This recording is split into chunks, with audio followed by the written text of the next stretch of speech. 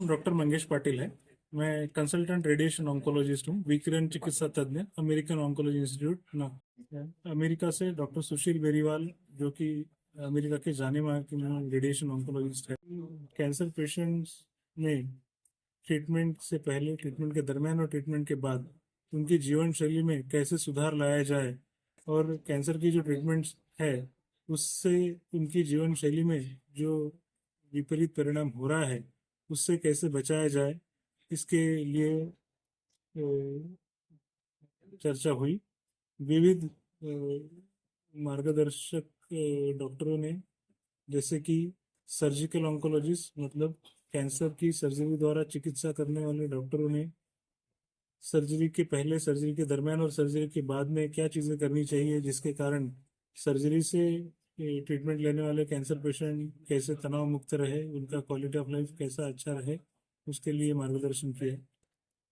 विकिरण चिकित्सा से जो ट्रीटमेंट करते हैं radiation oncologist doctor doctor Mangesh Patil, doctor Ashish Bhange, doctor Abhinav Pupalwar, उन्होंने और बताया कि कैसे आधुनिक विकिरण चिकित्सा से, आधुनिक रेडिएशन चिकित्सा द्वारा हम कैंसर का पूरी तरीके से खात्मा कर सकते हैं। और ये करने के दरमियान पेशेंट को कम से कम तकलीफ होने के लिए क्या क्या उपाय योजना की जा सकती है, उसकी चर्चा हुई। उसके लिए जो हम हमारे अमेरिकन ऑन्कोलॉजी अस्पताल में रेडियोथेरेपी की चिकित्सा लेने वाले जो पेशेंट है, जो कैंसर से पूरी तरीके से ठीक हो गए, उनका भी उदाहरण दिखाया गया। और कुछ प्रकार के कैंसर में, जैसे पेशाब की थैली का कैंसर, रेक्टम कैंसर, इसमें बिना सर्जरी की बिना सर्जरी किए रेडिएशन उपचार पद्धति से कैसे हम कैंसर को पूरी तरीके से नष्ट कर सकते हैं, इसके बारे में भी मार्गदर्शन किया गया। कैंसर को खत्म करने के लिए क्या ट्रीटमेंट करनी है, इसके बारे में तो बहुत कॉन्फ्रेंसेस होती है, बट ये ट्रीटमेंट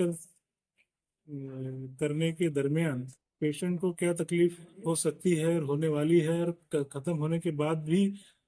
लाइफ लॉन्ग मतलब जीवन के अगले पड़ाव में क्या क्या तकलीफें हो सकती है, इसके बारे में कोई चर्चा करता नहीं है। तो सब ऑन्कोलॉजिस्ट मतलब कैंसर तज्ञ डॉक्टरों ने अमेरिकन ऑन्कोलॉजी इंस्टीट्यूट का तहे दिल से शुक्रिया अदा किया कि ऐसे विषय के बारे में वो सबसे ज्यादा जरूरी है कि इलाज होने के बाद कैसे वो अपनी आगे की जिंदगी अच्छी तरीके से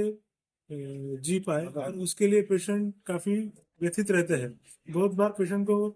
क्या ट्रीटमेंट करना है ये पता तो चल जाता है, बट वो ट्रीटमेंट का चयन करने के लिए उनको जो नॉलेज मिलना चाहिए उसका नॉलेज उनके पास होता नहीं है। तो ये भी चर्चा की गई कि पेशेंट की ट्रीटमेंट चालू करने से पहले उनको अवगत किया कराया जाए कि कौन कौन सी ट्रीटमेंट उनके लिए अवेलेबल है, सर्जरी की ट्रीटमेंट, रेडिएशन की ट्रीटमेंट, कीमो की ट्रीटमेंट,